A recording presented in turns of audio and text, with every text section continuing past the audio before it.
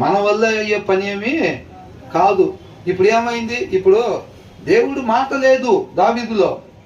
ఆయన కళ్ళు బాగానే పనిచేస్తున్నాయి, ఆయన కాళ్ళు బాగానే పనిచేస్తున్నాయి, ఆయన తల చేతులు అంతా ఆయన బాగానే పనిచేస్తున్నాడు, దావీదు బాగానే పనిచేస్తున్నాడు.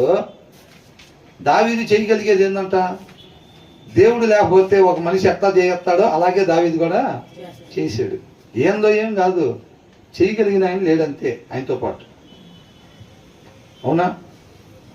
2 సమయాలు 12 దాంట్లో అసలు చదివి ఎంత అద్భుతంగా ఉందో, ఎంత అద్భుతంగా ఉందో. ఇజ్రాయెల్ మీద నిన్ను రాజుగా నేను చేసి, సౌలు నుంచి నిన్ను నేను తప్పించి, తనకున్న స్త్రీలను నేను నీకు ఇచ్చి, ఇవన్నీ అంటుంటే అసలు దావీదు ఏం చేశాడు? మనం దావీదు గురించి ఈ రకంగా చెప్పుకుంటున్నాం.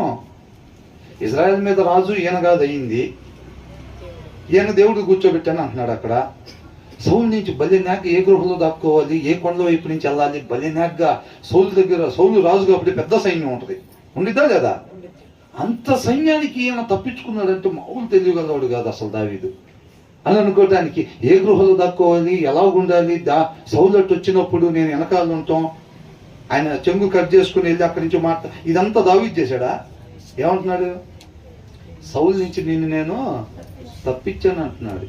తప్పించింది దేవుడు, ఇజ్రాయెల్ మీద రాజుగా చేసింది దేవుడు, ఆ స్త్రీలను అప్పగించింది దేవుడు.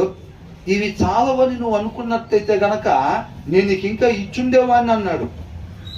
దాని తర్వాత మాట, ఒకవేళ నేను ఇచ్చింది నీకు చాలేదనుకుంటే ఇంకా ఇచ్చుండేవాడిని నేను. అవునా? కాబట్టి నువ్వు కనికరం లేకుండా నువ్వు అట్లాగా నాకు విరోధంగా నువ్వు ఇట్లాగా అన్నీ దేవుడే చేసింది అక్కడ. మరి దావీదు ఏం చేశాడు? అవునా? ఇప్పుడు మోషే ఇశ్రాయేలుని అక్కడి నుంచి తీసుకొచ్చాడు, ఐగుప్తులో నుంచి తీసుకొచ్చి తర్వాత కనాన్లోకి అని అంటాం. మనం క్లారిటీగా చదువుతుంటే, మీరు ఐగుప్తులో మీ మూలుగులు విన్న తర్వాత మిమ్మల్ని ఎవరు పట్టించుకోపోతుంటే నేను, అవునా, నేను వచ్చి మిమ్మల్ని అక్కడి నుంచి నేను బయటికి పసిబాలుడుగా ఉన్న మిమ్మల్ని నేను తీసుకొచ్చాను అక్కడి నుంచి అని అన్నది. అంటే మోషే ఏం చేశాడు? తెచ్చింది దేవుడు అయితే మోషే ఏం చేశాడు?